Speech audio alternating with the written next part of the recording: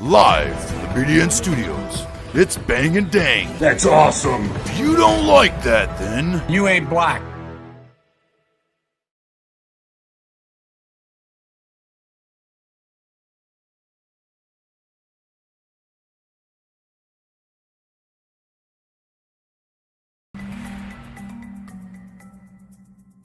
Welcome to Outlaws and Gunslingers with the host Bang and Dang, or welcome to Outlaws and Gunslingers with your host Bang and Dang, the only true crime podcast in America that is true about crime. Right? We take our true crime very serious around here, guys. we don't. As you'll come to find out.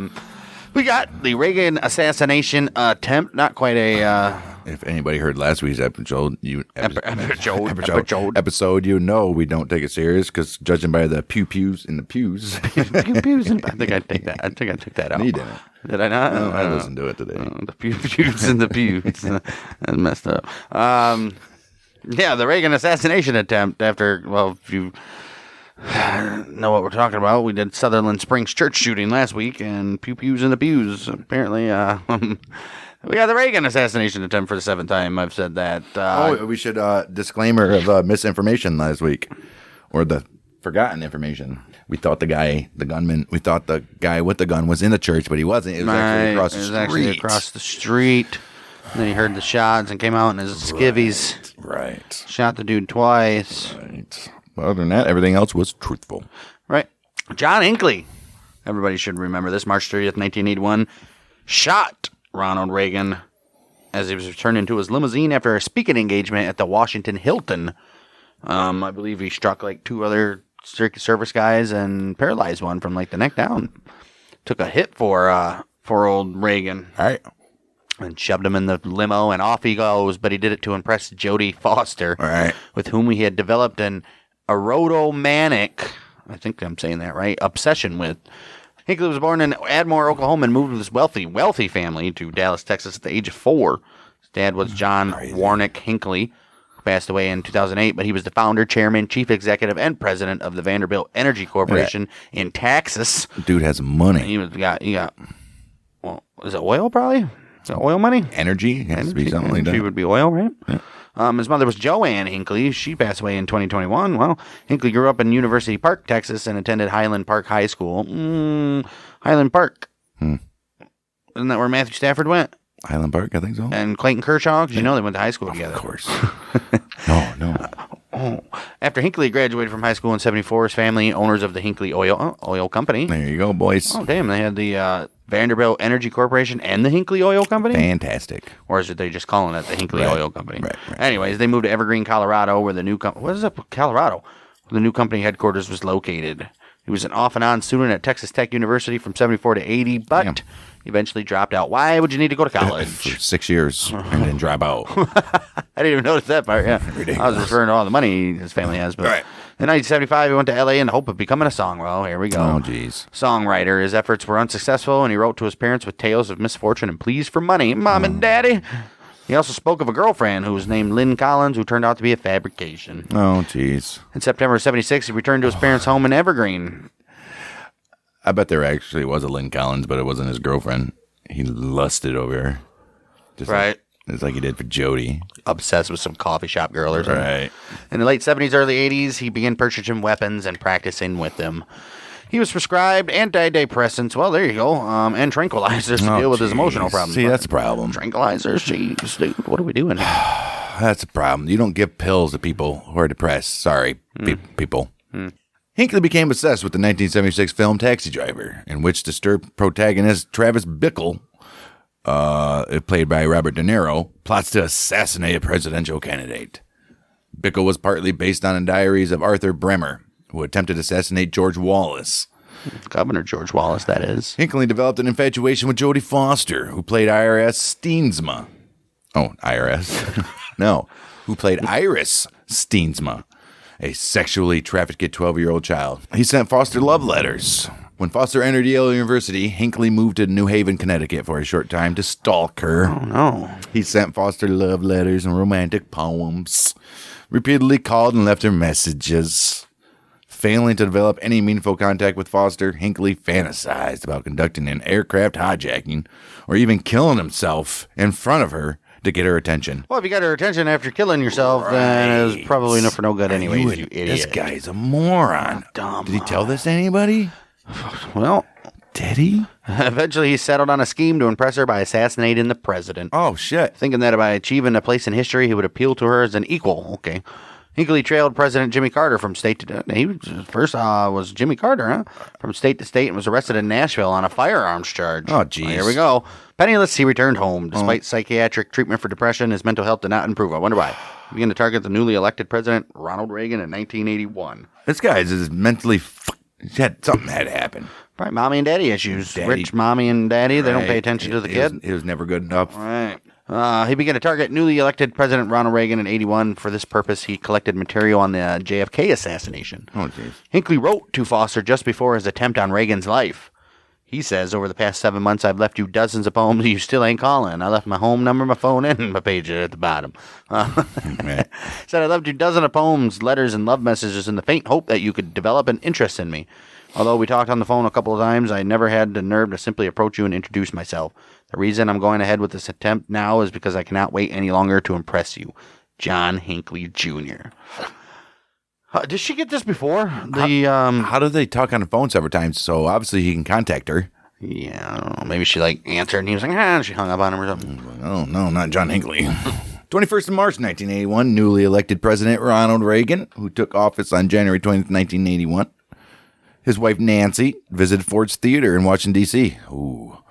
For a fundraising event. Reagan recalled, he says, I looked up at the presidential box above the stage where Abraham Lincoln had been sitting the night he was shot, and I felt a curious sensation. I thought, even with all the Secret Service protection we had now, it was probably still possible for someone who had enough determination to get close enough to the president to shoot him. As he isn't, thinking that, and then it happened. Right. March 28th, Hinckley arrived in Washington, D.C. by bus and checked into the Park Central Hotel. Originally intended to continue on to New Haven in another attempt to infatuate Foster. He noticed Reagan's schedule that was published in the Washington Star, stupid, and decided it was time to act. Right. Hinckley knew that he might be killed during the assassination attempt, and he wrote but did not mail a letter to Foster about 2 hours prior. He said that he hoped to impress her with the magnitude of his action and that he would abandon the idea of getting Reagan in a second if I could only win your heart and live out the rest of my life with you. Reagan delivered a luncheon address to AFL-CIO representatives at the Washington Hilton. The Secret Service was very familiar with this hotel, having inspected it more than 100 times for presidential visits since the early 1970s.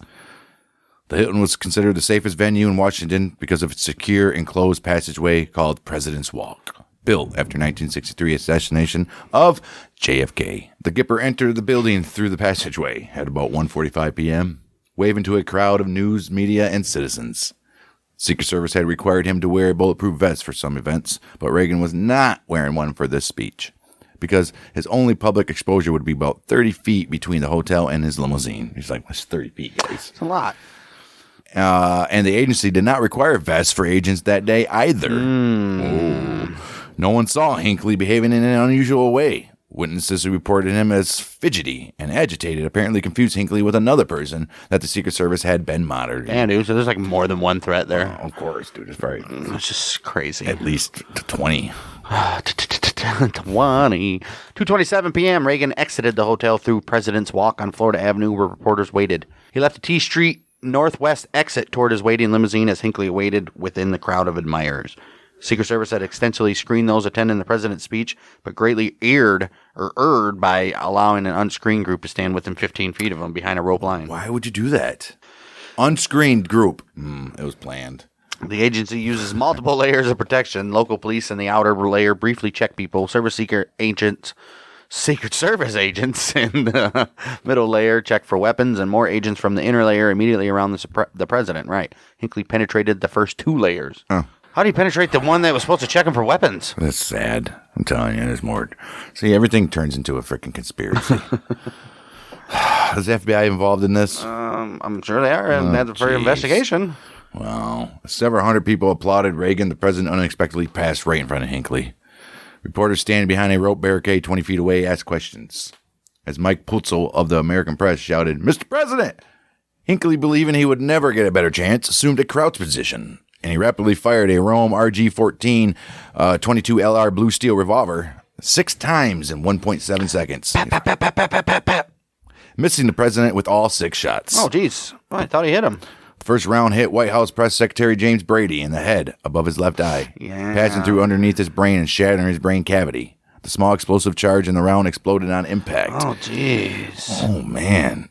District of Columbia Police Officer Thomas Delahanty recognized the sound as a gunshot and turned his head, because it's a 22, they're pow, pow, pow. It's kind of like a cap gun. Right. No. He turned his head sharply to the left to identify the shooter. So he's trying to find out, where's this come from? As he did so, he was struck in the back of his neck by the second shot, the bullet ricocheting off his spine. Delahanty fell on top of Brady, screaming, "I am hit!"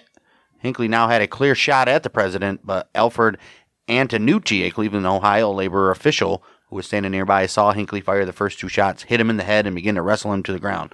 I thought he fired 6 shots. All right. Upon hearing the shot, Special Agent in Charge Jerry Parr almost instantly grabbed Reagan by the shoulders and dove him, the famous video of him diving into the limo. Agent Ray Shattuck trailed just behind Parr to assist in throwing both men into the car. Third round overshot the president and set him in the window of a building across the street. Oh, shit. Parr's actions likely saved Reagan from being hit in the head. Oh, damn. As Parr pushed Reagan into the limousine, Secret Service agent Tim McCarthy snapped his attention toward the sound of the gunfire, pivoted to his right, and put himself in the line of fire. Damn right. I mean, that's why they're there. As he did so, McCarthy spread his arms and legs, taking a wide stance directly in front of Reagan and Parr to make himself a target. McCarthy was struck in the lower abdomen by the 4th round, the bullet traversing his right lung, diaphragm, and right lobe of the liver. The 5th round hit the bullet-resistant glass of the window on the open rear door of the limo, as Reagan and Parr were passing behind it. Damn. The 6th and final bullet ricocheted off the armored side of the limousine, passed between the space of the open rear door and vehicle frame, and hit the president in the left underarm. The round grazed a rib and lodged in his lung, causing it to partially collapse before stopping less than an inch from his heart. Jeez. Within moments of the first shot, Secret Service agent Dennis McCarthy, no relation to Timothy McCarthy, dove across the sidewalk and landed directly on Hinckley as others pushed him to the ground. Damn. Another Cleveland area labor official, Frank J. McNamara, joined Antonucci and started punching Hinckley in the head, striking him so hard he drew blood. Damn. Agent McCarthy later reported that he had to strike 2 citizens to force him to release Hinckley. Right. Secret Service agent Robert Wanko, misidentified as Steve Wanko in a newspaper report, deployed an Uzi submachine gun concealed in a briefcase. Jeez. Oh, shit. To cover the president's evacuation and deter a potential group attack. Yeah, so what, did he shoot in the air or something? Right, probably. Or did he just take it out? And maybe he shot it. The day after the shooting, Hinckley's gun was given to the ATF and explosives, which traced its origin. Just 16 minutes, agents found that the gun had been purchased at Rocky's Pawn Shop in Dallas, Texas, October 13, 1980. Oh. It had been loaded with 6 Devastator brand cartridges, which contained small aluminum and lead azide explosive charges designed to explode on contact. Damn. The bullet that hit Brady was the only one that exploded, though. Oh, you got lucky. April 2nd, after learning that the others could explode at any time, volunteer doctors wearing bulletproof vests removed the bullet from Delahanty's neck. Oh, shit, and they had to remove it from Reagan, too, like that. Oh, that's some dangerous shit there, boys. After the Secret Service announced shots fired over its radio network at 2:27 p.m., Reagan, codenamed Rawhide, was taken away by the agents in the limousine, which was called Stagecoach. No one knew that Reagan had been shot. After Parr searched Reagan's body and found no blood, he stated that Rawhide is okay, we're going to the Crown, which is the White House, as he preferred its medical facilities to an unsecured hospital, right? Reagan was in great pain from the bullet that struck his rib and believed that his rib had cracked when Parr pushed him into the limo. When the agent checked him for gunshot wounds, however, Reagan coughed up bright, frothy blood. Oh, that's a lung. Although the president believed that he had cut his lip, Parr believed that the cracked rib had punctured Reagan's lung and ordered the motorcade to divert to nearby George Washington University Hospital, which the Secret Service periodically inspected for use. Right. They're still going in an unknown situation because they didn't inspect it that day. Jeez, oh, Pete. Limousine arrived there less than 4 minutes after leaving the hotel, while other agents took Hinckley to a D.C. jail. Nancy Reagan left the White House for the hospital. Her code name was Rainbow. Right, look at old Rainbow. Rainbow and Rawhide, huh? Although Parr had requested a stretcher, none were ready at the hospital. Did not normally keep a stretcher at the emergency department's entrance. Reagan exited the limousine and insisted on walking. Reagan acted casually and smiled at onlookers as he walked in. He is an actor. How do you not see a bullet wound? Right. While he entered the hospital unassisted, once inside, the president complained of difficulty breathing. His knees buckled, and he went down on one knee. Parr and the others assisted him into the emergency department. The physician to the president, Daniel Rouge, had been near Reagan during the shooting and arrived in a separate vehicle. Believing the president might have had a heart attack, he insisted that the hospital's trauma team and not himself or specialists from elsewhere operate on him as they would any other patient. When a hospital employee asked Reagan aide Michael Deaver for the patient's name and address, only when Deaver stated 1600 Pennsylvania did the worker realize it was the president. How do you not? Right. The medical team, led by Joseph Giordano, cut off Reagan's $1,000 custom-made suit to examine him. Okay. Oh, who cares? Reagan complained about the cost of the ruined suit, which was cited by an assistant in a press briefing to reassure the public that the president was in stable health. He was complaining about his suit, Military officers, including the one who carried the nuclear football, unsuccessfully tried to prevent FBI agents from confiscating the suit. Oh. I guess you have to. All right. Reagan's wallet and other possessions as evidence. Why his wallet? Did it hit his wallet? The gold codes card was in the wallet, and the FBI did not return it until 2 days later. Oh, so the codes for the nukes are in that? Jeez.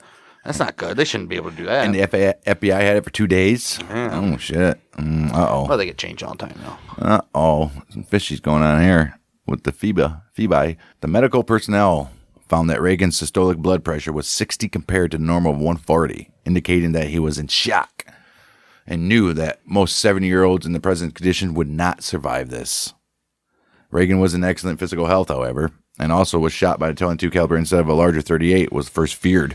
Mm-hmm. You can tell the difference. They treated him with intravenous fluids, oxygen, tetanus toxide, and chest tubes. And surprised Parr, who still believed that he had cracked the president's rib by finding the entrance of the gunshot wound. He's like, what? There's a gunshot wound? Brady and the wounded agent McCarthy were operated on near the president. When his wife arrived in the emergency department, Reagan remarked to her, honey, I forgot the duck. Borrowing boxer Jack Dempsey's line to his wife the night he was beaten by Gene Tunney. I forgot the duck, honey. While intubated, he scribbled to a nurse, all in all, I'd rather be in Philadelphia. Borrowing a line from W.C. Fields. Stealing lines from people? Jeez. What is this? Still had his humor. All right. Still got this humor. He's in good spirits, the president is. Although Reagan came close to death, the team's quick action and Parr's decision to drive to the hospital instead of the White House likely saved his life, and within 30 minutes, Reagan left the emergency department for surgery with normal blood pressure. Nice. The chief of thoracic surgery, Benjamin L. Aaron, decided to perform a thoracotomy lasting 105 minutes. Damn. Because the bleeding persisted. Ultimately, Reagan lost over half of his blood volume in the emergency department and during surgery, which removed the bullet. Damn. In the operating room, Reagan removed his oxygen mask to joke, hope you are all Republicans. The doctors and nurses laughed, and Giordano, a Democrat, replied, today, Mr. President, we are all Republicans. You should say American. Right. Stupid bitch. Reagan's post-operative course was complicated by fever, which was treated with antibiotics. His entering the operating room conscious and not in shock and the surgery being routine caused Reagan's doctors and others to predict that he would be able to leave the hospital in 2 weeks, return to the Oval Office in a month, and completely heal in 6 to 8 weeks with no long-term effects. Nice. Well, it was not long after he was already giving speeches, wasn't he? Not too long. Yeah. You missed me. National Security Advisor Richard Allen would traditionally be responsible for crisis management for the executive branch, but Secretary of State Alexander Haig wanted the role. He's like, I want that role, baby. 6 days before the shooting, Vice President George H.W. Bush received the assignment instead. Allen and the National Security Council would assist him. Wait a minute. So they put George Bush in charge of crisis management, huh? Mm-hmm. All right, Georgie. Mm-hmm. Reagan persuaded and upset Haig not to resign. He was like, it's all right, bud. The secretary reportedly pounded the table in frustration and anger. He was like, Mr. President! Bull crap. When the White House learned of the assassination attempt, however, Haig was in the White House. Mm-hmm. He didn't resign. Right. He urged the vice president visiting Texas for the first time since the inauguration to return. But the voice connection to Bush aboard Air Force Two was weak, and whether they heard each other is unclear. Oh, so now it's all weak when the communication's weak to Air Force Two when the president's about to get assassinated, and just so happens George W. Bush is the crisis management guy, right? Okay. And we all know about. We haven't even talked about JFK yet. And we all know about George H.W. Bush. Well, we haven't even talked about JFK yet. Well, it's Lyndon Johnson and George Bush and Joe Biden. By 2:35, Bush was notified of the shooting. He was leaving Fort Worth and relying on initial reports that Reagan was unharmed. He flew to Austin for a speech. 3:14 p.m., 47 minutes after the shooting, Haig sent a coded teletype to Bush. Said, Mr. Vice President, an incident you will have heard about by now. The president was struck in the back and is in serious condition.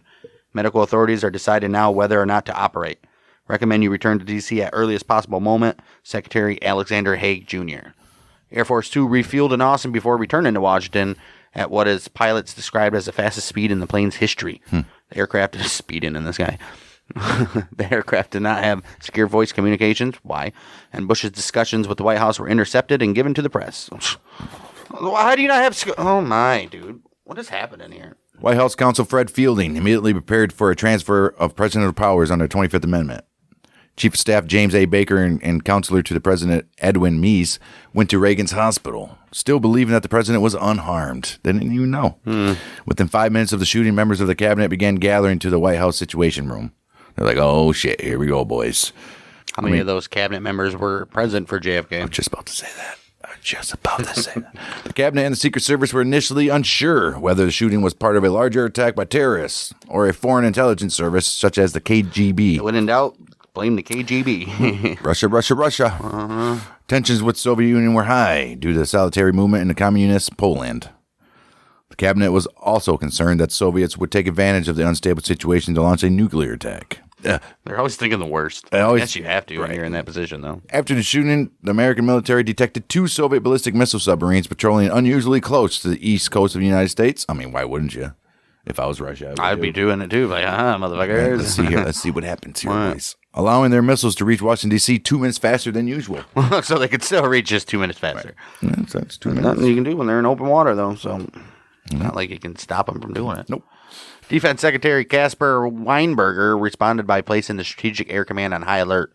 Haig, Weinberger, and Allen discussed various issues, including the location of the nuclear football, the submarine presence, a possible Soviet invasion against the 81 warning strike in Poland, and the presidential line of secession. Like all kinds of shit going on right now. Although normally no tape recorders are allowed in the Situation Room, these meetings were recorded with the participants' knowledge by Allen, and the 5 hours of tapes have since been made public. Really?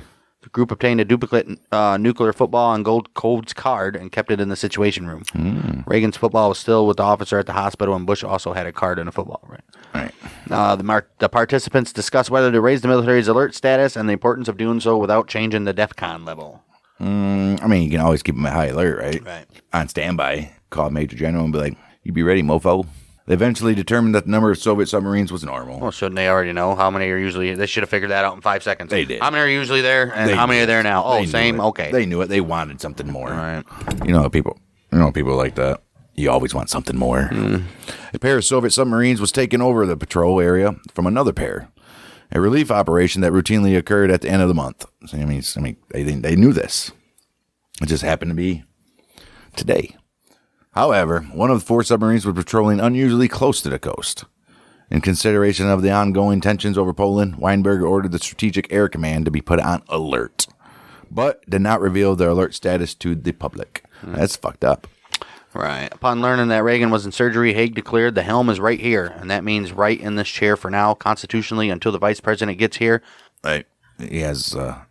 he says, I'm the guy, huh? That's what he's saying. Right. Haig was incorrect, though. As the sitting Secretary of State, he was 4th behind Vice President Bush and the Speaker of the House, Tip O'Neill. How do you not know that? And President pro tempore of the Senate, Strom Thurmond. So, yeah. So there's 3 people ahead of him. Mm-hmm. But were they there? So at this table, he would have been the one in charge, right? At least, right? And under 3 U.S.C. Code 19, O'Neill and Thurmond would have had to resign their position to become acting president. Right. And they wouldn't have. Right. Although others in the room knew that Haig's statement was constitutionally incorrect, they did not object at the time to avoid a confrontation.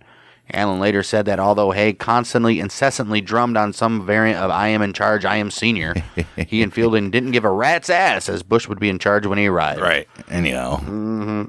But whatever, dude. Just let him think that. Right. Dumbass is on his way.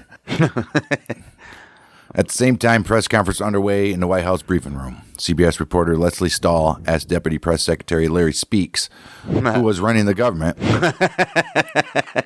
to which Speaks, spoke. Dude's the press secretary, and he speaks for the president. Right. His name is Larry Speaks. When she asked who was running the government, Speaks responded, I cannot answer that question at the time. Hey, let me circle back. Circle back to that. Upon hearing Speaks' remark, Haig wrote and passed a note to Speaks, ordering him to leave the dais immediately.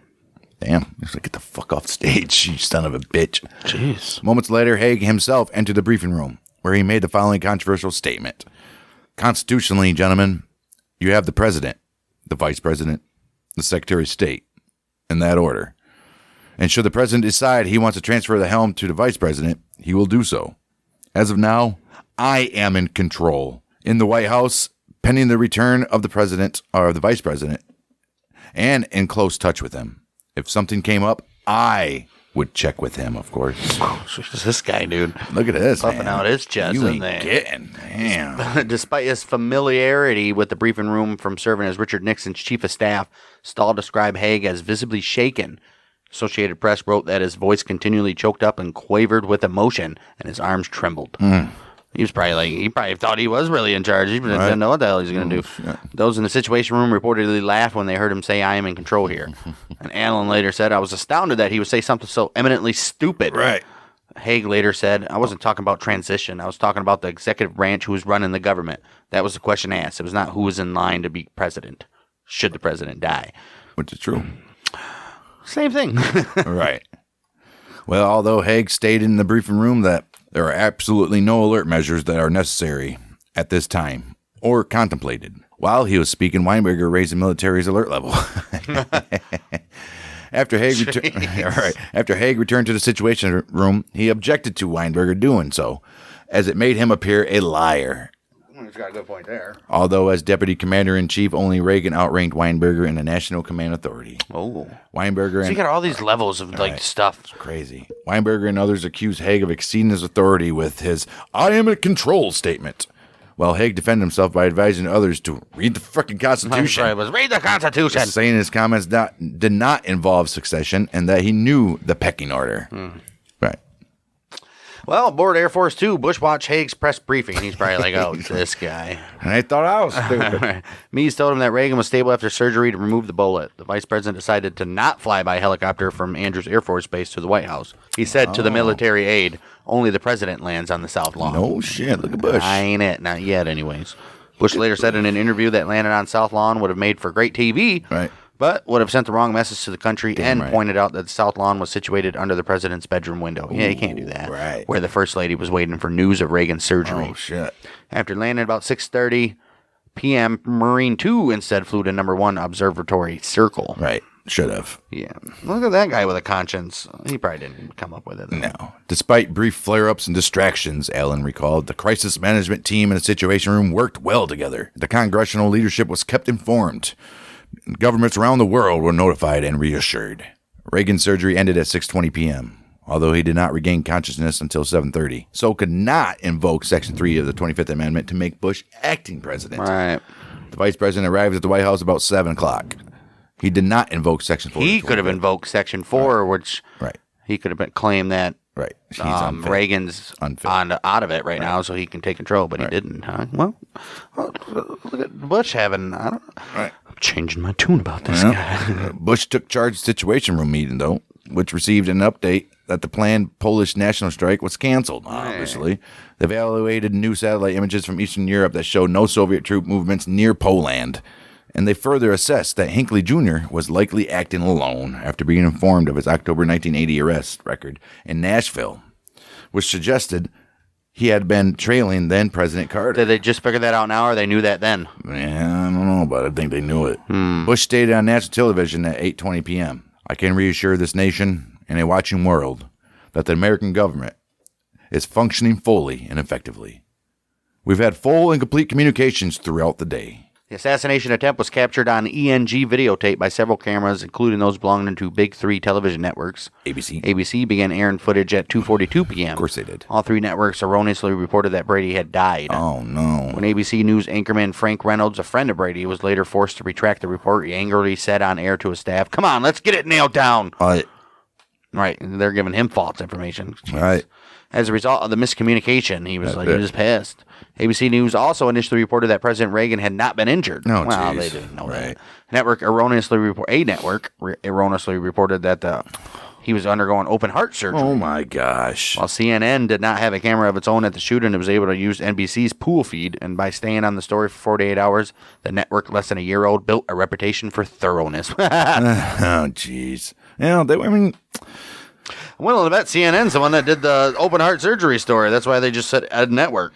Jeez. Shocked Americans gathered around television sets in homes and shopping centers. They don't. They might have. Some cited the alleged curse of Tippecanoe, and others recalled the assassinations of Kennedy, Martin Luther King Jr. Newspapers printed extra editions and used gigantic headlines. The United States Senate adjourned, interrupting debate of Reagan's economic proposals, and churches held prayer services. Hinckley asked their arresting officers whether that night's Academy Awards ceremony would be postponed because of the shooting, and it was. Oh, why? The ceremony, for which former actor Reagan had taped a message, occurred the next evening.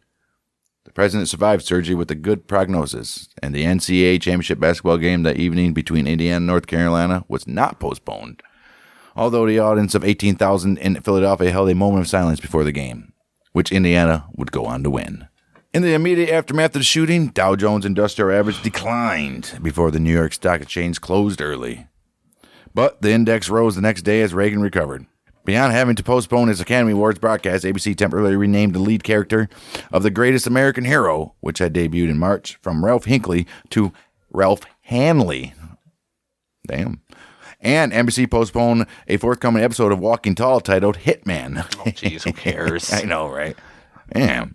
Even back then, huh? The incident was a traumatic experience for the 18-year-old Foster, who was hounded by the media and paparazzi in its aftermath, I bet. Right. She took a semester off at Yale and had to be escorted by a bodyguard everywhere she went. Damn right. This event produced other stalkers for her, including a 22-year-old man named Edward Michael Richardson, who, according to the Secret Service, shared a similar obsession with Foster and carried a loaded handgun planning to kill her, but changed his mind after watching her perform in a college play. She sucked. He's like, damn, this bitch sucks. Never mind on this one. Since the incident, Foster has only commented on Hinckley on 4 occasions, a press conference a few days after, an article she wrote for Esquire in 1982, after his sentencing, during an interview with Charlie Rose on 60 Minutes in 99, of course, and while speaking to comedian and actor Mark Maron on his podcast in 2021. Wow.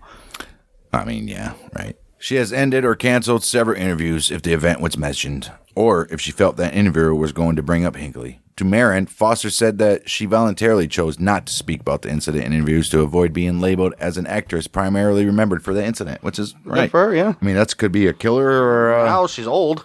Well, not like super old, but now she's older, had her career already, now she can talk about it. Right. And she also reflected on how her mother, a former publicist, helped her into overcoming the media frenzy and the public's obsession with her involvement. Right. You know they're hounding her. Dude, You the ain't media's nasty. They are terrible. Cannot stand them. That's why I hate TMZ. No, the Reagan staff members were anxious for the president to appear to be recovering quickly. And the morning after his operation, he saw visitors and signed a piece of legislation. Nice. Reagan left the hospital on the morning of April 11th. Entering the limousine was difficult, and he joked that the first thing he would do at home was sit down. Right. Reagan's recovery speed impressed his doctors, but they advised the president not to work in the Oval Office for a week. Why? And avoid travel for several weeks. No visitors were scheduled for his first weekend. Initially, Reagan worked 2 hours a day in the White House's residential quarters. Oh, look at that. Why couldn't he go to the Oval Office? Right. Come on. Jeez, OP. Reagan did not lead a cabinet meeting until the day 26. Did not leave Washington until day 49, and did not hold a press conference until day 79. Rouge, the physician to the president, thought recovery was not complete until October. Reagan's plans for the month after the shooting were canceled, including a visit to the Mission Control Center at Lyndon B. Johnson Space Center in Houston. In April 1981, during STS-1, the first flight of Space Shuttle. Okay. Vice President Bush instead called the orbiting astronauts during their mission. They're like, Thank you, Mr. Vice President. Reagan would visit Mission Control during STS-2 that November, though. Oh, good for them. The events contributed to Reagan's initial popularity. Though he had enjoyed approval ratings up to 60% until March, his ratings surged to nearly 70%. That's it. Only 10% of Americans were like, oh. 70% is still astronomical, dude.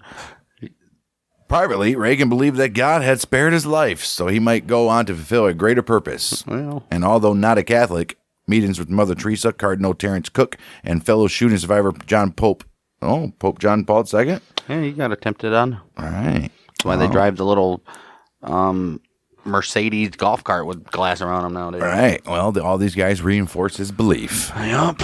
Reagan returned to the Oval Office on April 25th and received a standing ovation from staff and cabinet members. He referred to their teamwork in his absence and insisted, "I should be applauding you." Right. He made his first public appearance in an April 28th speech before the joint houses of Congress. In the speech, he introduced his planned spending cuts, which had been a campaign promise. He received 2 thunderous standing ovations, which the New York Times deemed a salute to his good health, Right. as well as his programs, which the president introduced using a medical recovery theme. He was a popular guy. Reagan installed a gym in the White House and began regularly exercising, gaining so much muscle that he had to buy new suits. Look at that guy beefing it up. Like a Vince McMahon of the White House. He's watching Rocky every night. All right. The shooting caused Nancy Reagan to fear for her husband's safety, however. She asked him not to run for re-election in 1984, and because of her concerns, began consulting astrologer Joan Quigley.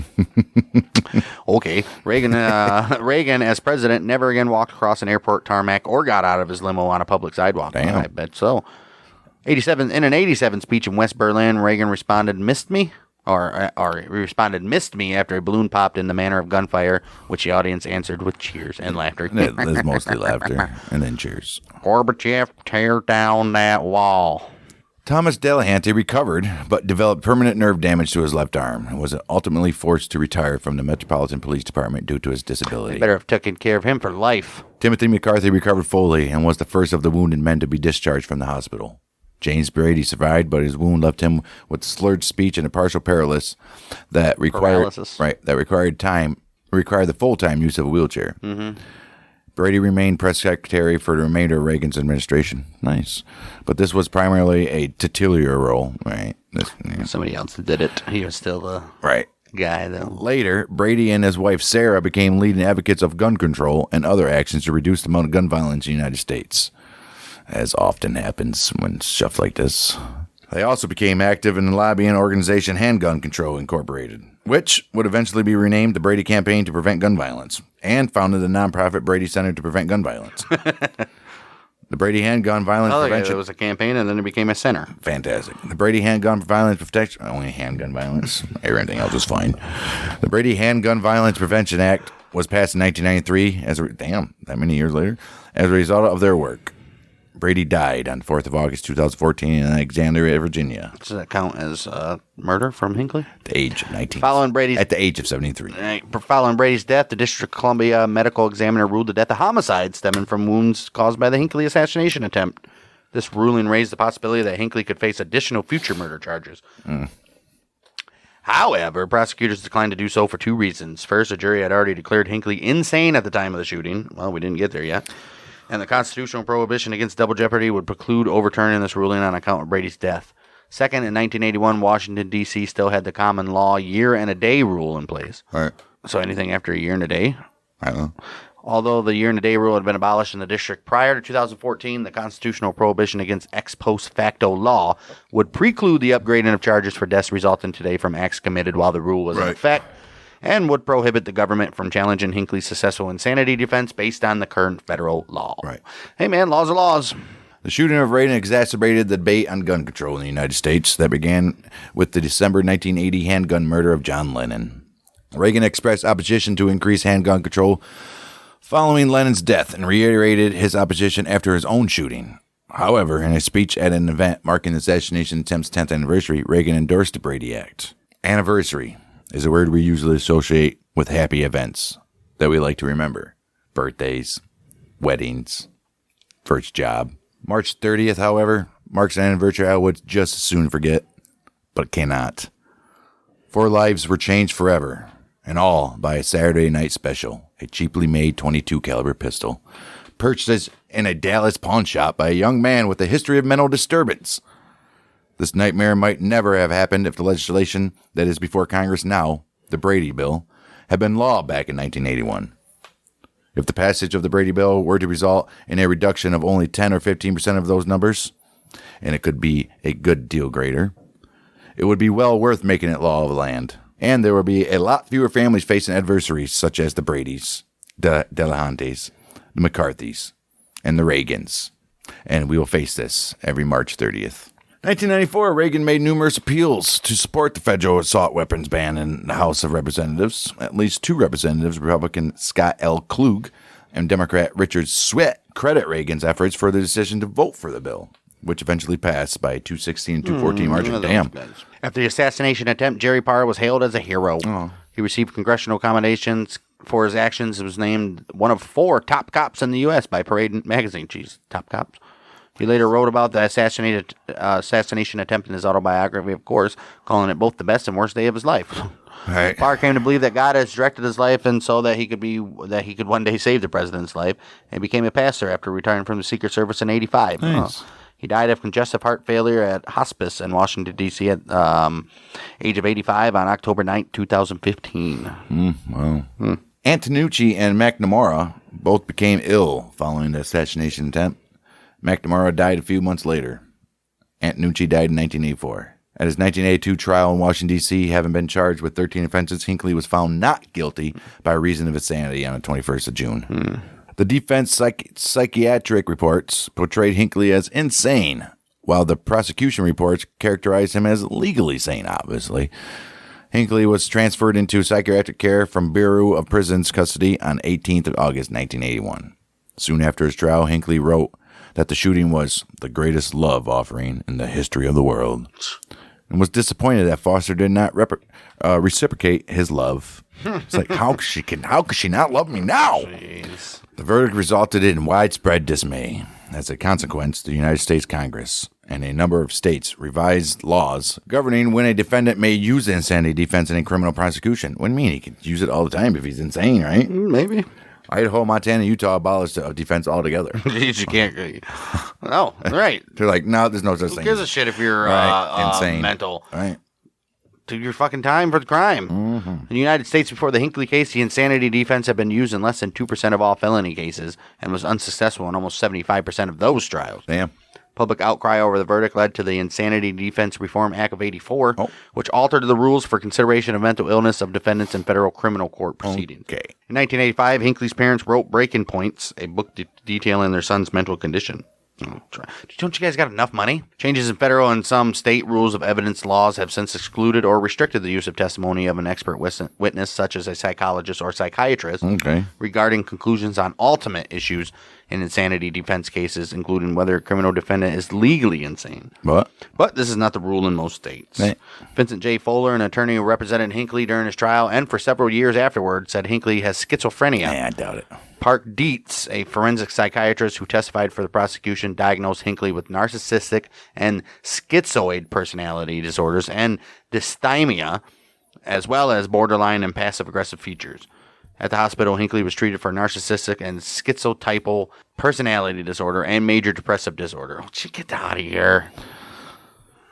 Hinckley was confined at St. Elizabeth Hospital in Washington, D.C. After Hinckley was admitted, tests found that he was an unpredictably dangerous man who might harm himself or any third party.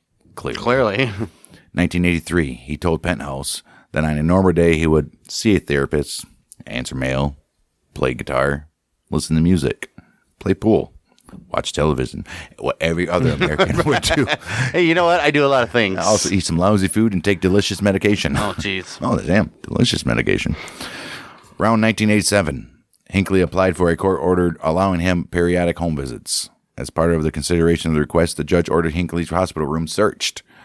Hospital officials found photographs and letters in Hinckley's room that showed a continued obsession with Foster, as well as evidence that Hinckley had exchanged letters with serial killer Ted Bundy and sought the address of the incarcerated Charles Manson, who had inspired Lynette Fromm to try to kill United States President Gerald Ford. Mm-hmm. The court denied Hinckley's request for additional privileges. I would hope so. Jeez. In 1999, Hinckley was permitted to leave the hospital for supervised visits with his parents. In April 2000, the hospital recommended allowing unsupervised releases, but rescinded the recommendation a month later. Right. Hinckley was allowed supervised visits with his parents again during 2004 and 2005. Court hearings were held in September 2005 on whether he could have expanded privileges to leave the hospital. No. December 30th, 2005, a federal judge ruled that Hinckley would be allowed visits supervised by his parents to their home in Williamsburg, Virginia. Wow. Okay. Supervised by his parents. Right. The judge ruled that Hinckley could have up to 3 visits of 3 nights and then 4 visits of 4 nights, each dependent on the successful completion of the last. Oh. All of the experts who testified at Hinckley's 2005 conditional release hearing, including the government experts, agreed that his depression and psychotic disorder were in full remission and that he should have some expanding conditions of release. No. I think he did it on purpose. He's like, I'll play this role for a while, for 20 years, and then... 2007, Hinckley requested further freedoms, including 2 one-week visits with his parents. A month-long visit, also. U.S. District Judge Paul L. Friedman denied that request on the 6th of June, 2007. 17th of June, 2009, Judge Friedman ruled that Hinckley would be permitted to visit his mother for a dozen visits of 10 days at a time, rather than 6, to spend more time outside of the hospital, and to have a driver's license. Oh, they're going to let that dude drive? Yes. The court also ordered that Hinckley also required to carry a GPS-enabled cell phone to track him wherever he was outside of his parents' home. Okay. So whenever he's outside his parents' home, they can track his ass. He was prohibited from speaking with the news media. Right. The prosecutors objected to this ruling, saying that Hinckley was still a danger to others and had unhealthy and inappropriate thoughts about women. Hinckley recorded a song, Ballad of an Outlaw, which the prosecutors claim is reflecting suicide and lawlessness. March 2011, it was reported that a forensic psychologist at the hospital testified that Hinckley has recovered to the point that he poses no imminent risk of danger to himself or others. March 29, 2011, the day before the 30th anniversary of the assassination attempt, Hinckley's attorney filed a court petition requesting more freedom for his client, including additional unsupervised visits to the Virginia home of his mother, Joanne. November 30th, 2011, a hearing in Washington was held to consider whether he could live full-time outside the hospital. Oh. The Justice Department opposed this, stating Hinckley still possesses or poses a danger to the public. He does. Justice Department counsel argued that Hinckley had been known to deceive his doctors in the past. That's what I'm saying. Like, he did. Come on. By December 2013, the court ordered that visits be extended to his mother, who lives near Williamsburg. How about she moves to Washington? Right. Hinckley was permitted up to 8 17-day visits. Jeez, dude. That's like the whole year. Right. Half a year. Not even close, but still, you know what I'm saying? It's a quarter of a year. Legitimately. With evaluation after the completion of each one. Okay. August 4th, 2004, James Brady died. Oh. As Hinckley had critically wounded Brady in 81, the death was ruled a homicide. Hinckley did not face charges. We already know. Yep. In addition, since Brady's death occurred more than 33 years after the shooting, prosecution of Hinckley was barred under the year-and-a-day law, which we said already. Yep. July 27th, 2016. A federal judge ruled that Hinckley could be released from St. Elizabeth's on the 5th of August, as he was no longer considered a threat to himself or others. Hinckley was released from the institutional psychiatric care on September 10th, 2016, with many conditions. He was required to live full-time at his mother's home in Williamsburg, Virginia. Okay. In addition, the following prohibitions and requirements were imposed on him. Could not drink alcohol. He could not possess any firearms, ammunitions, or other weapons, or memorabilia of Jodie Foster. Photos, magazine articles. What if he possesses a magazine that has an article of her in it? He doesn't know. Can't do it. He cannot contact Reagan's family. He cannot contact Brady's family. He cannot contact Jodie Foster. He cannot contact Jodie Foster's family. He cannot contact Foster's agent. He cannot watch or listen to violent movies, television, or compact disc. Well, there's everything. You cannot do nothing, bud. Dude. He cannot access printed or online pornography. Oh, come on. Damn, you can't even buy a magazine to jerk off to? Some people get raged fucking Wow. doing that shit, dude. He cannot get access to online movies that were violent, no violent television, no violent music, novels, or magazines. Jeez. He cannot speak to the press. He cannot visit present or past homes of the current or past president or certain past or present government officials. He cannot visit graves of past presidents or certain past government officials. Yeah, they're like, you want to try to kill a president, and you're not going in their graves. None of the other ones either. He cannot drive more than 30 miles away from his mother's house, unattended. He cannot drive 50 miles when attended. 50 miles is a lot. It is. He cannot erase his computer's web browser. History. Right. Nope. He is required to work at least 3 days a week. He's required to leave immediately if he finds himself approaching prohibited places. He's also required to record his browser history, although the court ordered a risk assessment to be completed within 18 months of this release. It had not been done as of May 2018. Sure it has now. But who says he can't get a burner? Right. Come on. Especially now with phones. But who says he can't get a burner computer? Fuck out of here. Okay. Wow. November 16th, 2018, Judge Friedman ruled Hinckley could move out of his mother's house in Virginia and live on his own upon location approval from his doctors. Okay. September 10th, 2019, Hinckley's attorney stated that he had planned to ask for full unconditional release from the court orders that determined how he could live by the end of that year. Wow. September 27th, 2001, a federal judge approved Hinckley for unconditional release beginning June 2022. Oh, shit. June 15th, 2022, he was fully released from court restrictions. Wow. He can do whatever he wants now. Oh, no. Phoenix, Arizona hard punk band, Jodie Foster's Army, formed in 1981, and their name is a reference, obviously. Their song referred to Hinckley, obviously. Well, as a young adult, Hinckley made unsuccessful efforts to become a songwriter. Years later, he posted music online anonymously, but received little interest. Know the feeling. Not music, but... October 2020, a federal court ruled that Hinckley may showcase and market his artwork, his writings, and his music. Good for him. And he can do it publicly under his own name. But this treatment team could rescind the display privilege. His treatment team, yeah. If he shows any signs of... Hinckley created a YouTube channel where, since December 2020, he has posted videos of himself performing original songs with the guitar. And also covered songs such as Blowing in the Wind by Bob Dylan. She picked Bob Dylan's song. And also Elvis Presley. Oh, no. Can't Help Falling in Love. Oh, no. I mean, I wonder what those comments look like. Right. He has a total of 24,500 subscribers by late December 2021. Fuck you, Hinckley. Right. June 6, 2021, Hinckley stated in a YouTube video that he was working on an album and looking forward to a record label to release it. Hinckley later announced in 2021 in December that the album would be released in early 2022 on Emporia Records, a label he founded to release the music of others and music that needs to be heard. Oh, look at that. October 7th, 2021, Hinckley self-published his first single called We Have Got That Chemistry. Oh, my. On the streaming platforms. On November 10th, 2021, he self-published another single called You Let Whiskey Do Your Talking. He also continued to release other original songs on YouTube. January 2022, he announced that he was looking for members for his own band. I don't know.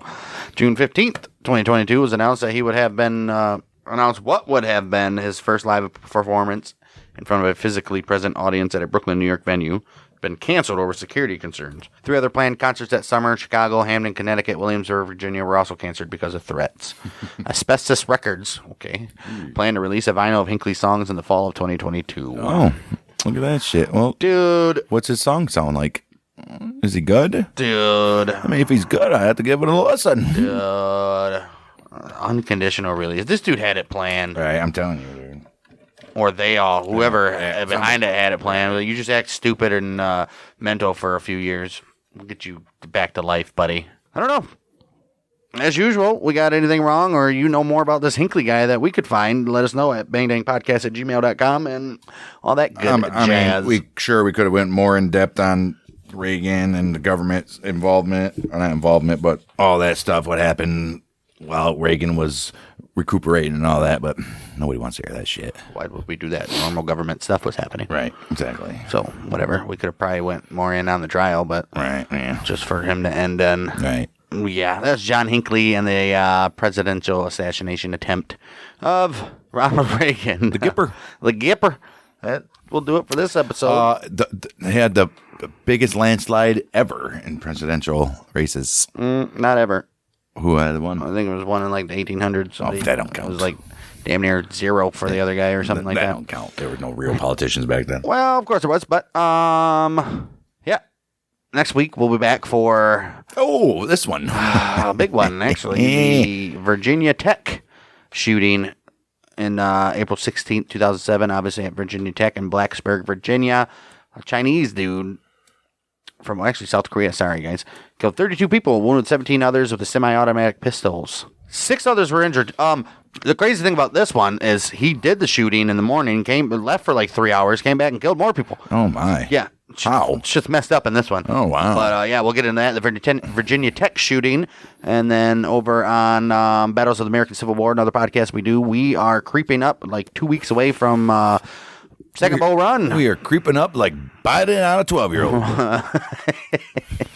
And also, Check out, look up Bang Dang Network, where we got another show also over there called This Week in Sports History, where, as the title sounds, we go through the week's historical moments in sports. And yeah, we'll do it for the assassination attempt of Reagan, Virginia Tech shooting next week. We'll be back then. We are the Mouth of Michigan. With Bang Dang.